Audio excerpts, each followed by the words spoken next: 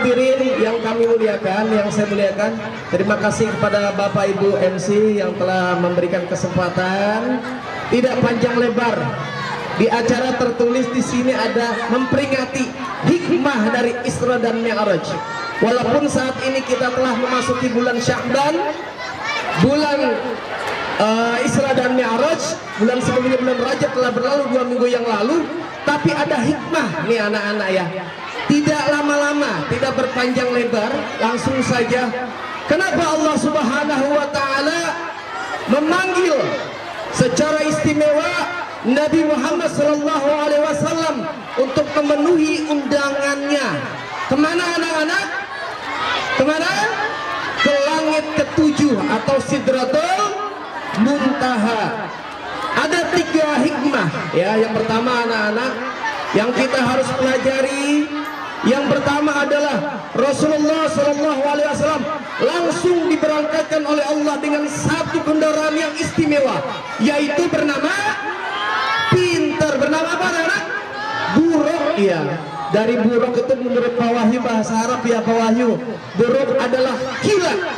Kenapa Allah tidak memberi kendaraan yang lain, tapi kenapa harus buruk? Karena yang artinya kilat ada hikmah di balik itu semua. Apa artinya?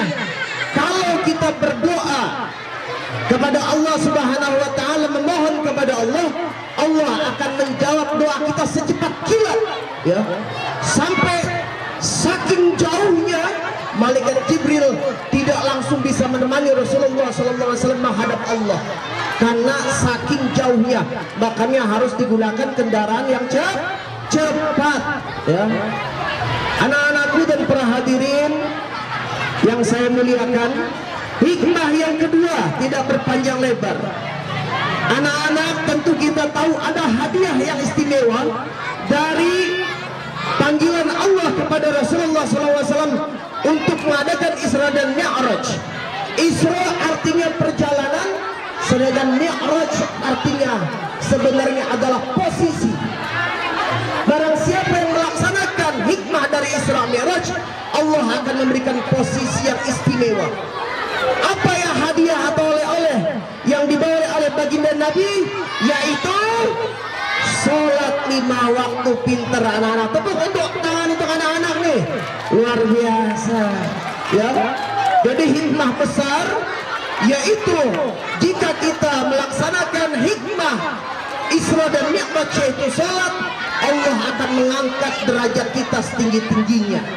Karena sholat adalah ibadah yang langsung Allah perintahkan dengan dipanggilnya Rasulullah SAW, bukan melalui wahyu, tapi langsung Allah undang baginda Nabi besar Muhammad Sallallahu Alaihi Wasallam. Itu hikmah yang kedua. Hikmah yang ketiga atau hikmah yang terakhir anak-anak tidak berpanjang lebar. Kenapa Allah Subhanahu wa taala langsung memanggil Nabi Muhammad sallallahu alaihi wasallam? Anak-anak, dalam melaksanakan ibadah salat 5 waktu, di akhir ada satu bacaan yang istimewa yang selalu kita baca sebelum kita menutup dengan salam, yaitu berbunyi sama-sama anak-anak, at-tahiyyatul mubarakatus sholawatut thayyibatu billah. Ketika Nabi Muhammad tadi sampai di Sidratul Muntaha, langsung menghadap Allah, Nabi Muhammad memuji Allah Subhanahu wa taala dengan ucapan at-tahiyyatul mubarakatus sholawatut thayyibatu billah. Ya, saking agungnya Allah, maka Allah pun menyambut Nabi Muhammad dengan ucapan assalamu alayka ayyuhan nabiyyu wa rahmatullahi wa barakatuh. Allah langsung memuji Rasulullah, keselamatan bagi engkau wahai Muhammad. Apakah Nabi Muhammad merasa GR langsung dipuji oleh Allah? Oh tidak. Apa yang Nabi Muhammad sampaikan dan atau jawab? Bagaimana cara jawabnya anak-anak? Assalamu alaina wa ala ibadillahi salihin. Keselamatan ini bukan hanya bagiku, tapi untuk umatku dan semua hamba-hamba engkau yang soleh wahai Allah.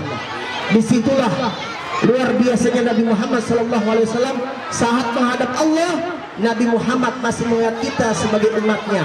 Mau diaku sebagai umat Nabi Muhammad? Mau diaku sebagai umat Nabi Muhammad? Mau dicintai oleh Rasulullah? Kita laksanakan perintah Allah yang tadi, yaitu menjalankan sholat 5 waktu.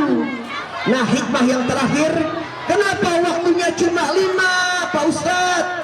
Kenapa waktunya enggak 7, enggak 10, bahkan enggak 50? Ketika Nabi Muhammad naik ke beberapa lapis langit, Nabi Muhammad sudah ketemu para nabi. Salah satunya ketemu Nabi Musa. Kenal sama Nabi Musa? Kenal sama Nabi Musa? Kenal di mana, Nak? Oh, di mana? Saudaranya. Jadi ketika ketemu Nabi Musa bertanya kepada baginda Nabi besar Muhammad SAW, wahai Muhammad, engkau dapat perintah apa? Nabi Muhammad termenung, terdiam. Kenapa?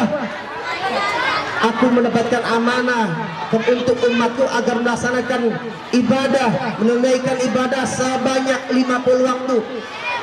Nabi Musa langsung terdiam. Wahai Muhammad, sesungguhnya umatku saja zaman dulu, kata Nabi Musa, yang badannya tinggi besar dengan fisik yang perkasa, itu tidak sanggup 50 rakaat, 50 waktu, maaf, 50 waktu. Pak Ustaz, apakah zaman Nabi Musa ada sholat? Ada. Dari zaman para sahabat, para nabi sebelumnya sudah ada ibadah sholat, tapi dengan cara yang berbeda-beda, tetap menghadap Allah Subhanahu wa Ta'ala. Tolong engkau meminta dispensasi keringan kepada Allah, bukan maksud kita ingin diringankan ibadahnya, tapi agar kita bisa memenuhi kewajiban dari Allah.